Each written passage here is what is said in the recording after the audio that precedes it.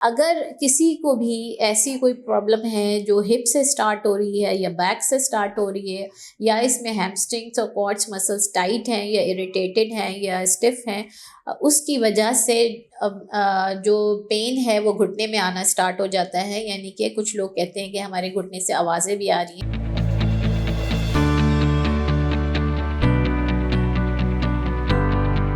बिस्मिल्लाहिर्रहमानिर्रहीम, अस्सलाम वालेकुम।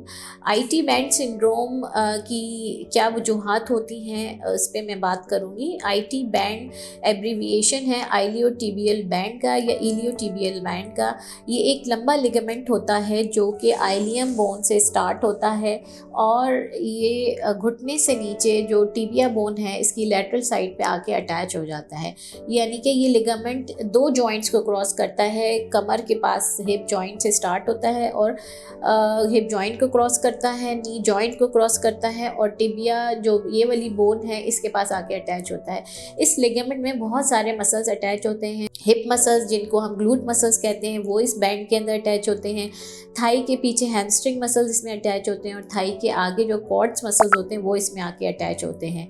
और अल्टीमेटली ये जाके ये टिबिया के ऊपर अटैच होता है और जो नी कैप होती है, नी कैप के ऊपर भी जो लिगामेंट्स होते हैं उसमें मर्ज हो जाता है। अस्सलाम वालेकुम। हमने नोटिस किया है कि 92% व्यूज़ हमारे पास ऐसे लोगों की तरफ से आते हैं जिन्होंने हमारे चैनल को सब्सक्राइब नहीं किया।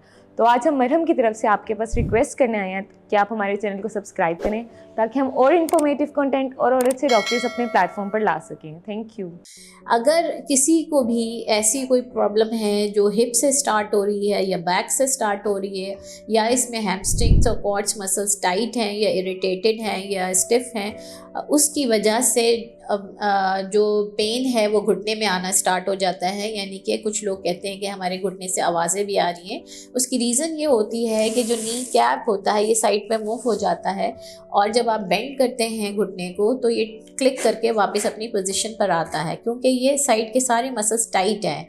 इसको हम आईटी बैंड सिंड्रोम कहते हैं और ये एक ट्रीटेबल कंडीशन है। इसमें हम मरीज़ को इवेलुएट करके उसको अगर कमर की प्रॉब्लम है तो उसके लिए कुछ फिजियो और कुछ मेडिसिन सजेस्ट कर सकते हैं, और अगर घुटने में प्रॉब्लम है तो उसके लिए हम कुछ और ट्रीटमेंट सजेस्ट कर सकते हैं, हैमस्ट्रिंग्स की एक्सरसाइजेस करवा सकते हैं। तो ये एक ट्रीटेबल कंडीशन है और इसमें इवैल्यूएशन बहुत ज़रूरी है और इसको हम बहुत आसानी से ट्रीट कर सकते हैं।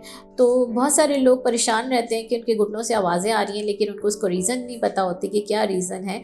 तो एटलीस्ट आप इवैल्यूएट करवाएं। अगर इस तरह का कोई मसला आप फेस कर रहे हैं तो उसको हम डील कर सकते हैं। इंशाल्लाह आप सेटिस्फाइड होंगे।